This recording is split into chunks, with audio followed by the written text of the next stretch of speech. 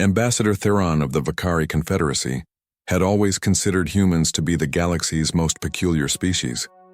They arrived at the Galactic Council 2 centuries ago with open hands and hopeful smiles, eager to join the community of starfaring civilizations. The Council accepted them naturally, but with the understanding that humanity would know its place among the elder races. The humans agreed to everything. They accepted trade restrictions that kept their economy dependent on Vakari commerce. They allowed their colony worlds to be limited while other species expanded freely. When the Zelkran Empire seized 3 human mining stations in the Outer Rim, humanity filed diplomatic protests and waited patiently for the Council to act. The Council, of course, did nothing. Theron remembered the human ambassador from those days, a woman named Sarah Chen, who spoke with practiced diplomacy and never raised her voice. She would present humanity's grievances with meticulous documentation, and the Council would nod sympathetically before voting against enforcement. Chen always thanked them for their time. The other species found this behavior amusing. The warlike Kryn called humans soft. The commercial Threxians considered them easy marks for unfair contracts. Even Theron's own people viewed humanity as useful but ultimately insignificant, a species that talked endlessly about rights and fairness but lacked the spine to demand either. That comfortable arrangement lasted for nearly 2 standard centuries. The change began quietly, as most revolutions do. The Zelkran Empire, emboldened by decades of human passivity, attacked a human agricultural colony called New Haven. They killed 8,000 colonists and claimed the fertile world for themselves. The human ambassador requested an emergency council session. This time, however, Ambassador Chen was gone. In her place stood a tall man named Marcus Webb, who wore a military uniform instead of diplomatic robes. Webb presented the same meticulous documentation his predecessors had always provided, detailing the Zelkran atrocity with disturbing precision. Then he made a statement that sent ripples through the council chamber. "Humanity withdraws from the Galactic Council," Webb announced, his voice flat and emotionless. "We will no longer seek your permission to defend ourselves or expand our territories. We will no longer honor trade agreements designed to keep us dependent. Most importantly, we will no longer forgive attacks on our people." Theron had laughed at the audacity. The Council had laughed with him.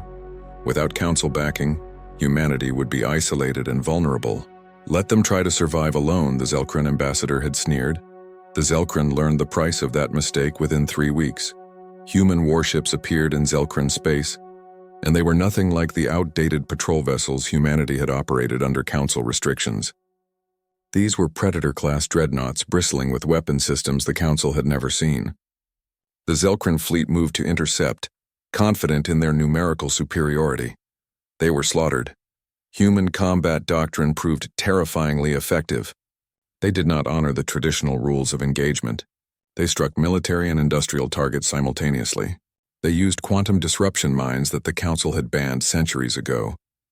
When Zelkran commanders tried to surrender their damaged vessels, the humans offered no quarter until the Empire's leadership agreed to unconditional terms.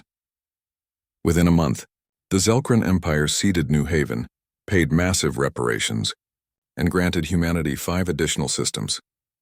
Their once mighty fleet was reduced to a defensive force, and Zelkran ambassadors no longer sneered at anyone. The galaxy watched in stunned silence as humanity revealed what they had been building during 2 centuries of patient diplomacy.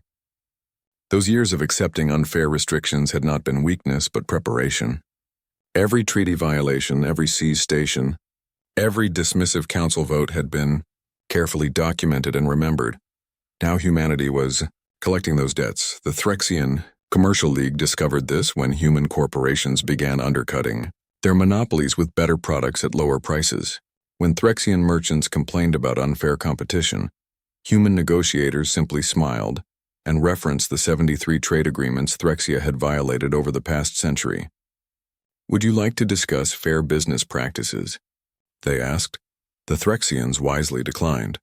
The Kryn Dominion, who had spent decades raiding human shipping with impunity, found their border stations obliterated by human strike forces that appeared from nowhere and vanished before reinforcements could arrive. When the Kryn demanded a ceasefire, humans agreed, but only after the Dominion paid for every ship they had ever taken and publicly apologized for calling humanity. Soft Theron watched his own confederacy's influence crumble as human colonies expanded into territories the Vakari had considered their exclusive domain. When he lodged formal protests, the human response was polite but inflexible. The Galactic Council has no authority over sovereign humanity, they reminded him. Perhaps if you had enforced your own laws when we asked, things would be different. The Council met in emergency session, debating how to respond to this new aggressive humanity. Some species advocated military action, but none wanted to face human warships.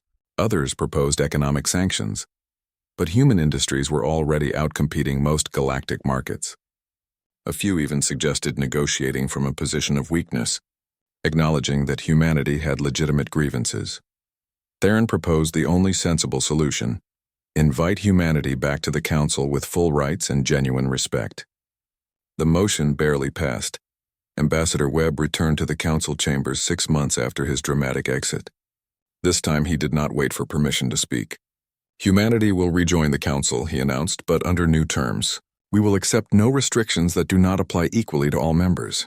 We will defend our interests by any means necessary, and we will never again mistake patience for weakness. The Council agreed unanimously. As Theron watched Webb take his seat among the ambassadors of elder races, he reflected on the cruel irony of the situation. Humanity had always possessed the capacity for ruthless efficiency. They had simply chosen to be nice first, hoping the galaxy would respond with fairness. The galaxy had chosen exploitation instead. Now, as human colonies spread across previously restricted space and human warships patrolled with impunity, every species understood the lesson. Humanity had not changed. They had simply stopped pretending that niceness was the same as weakness. The galaxy would never make that mistake again.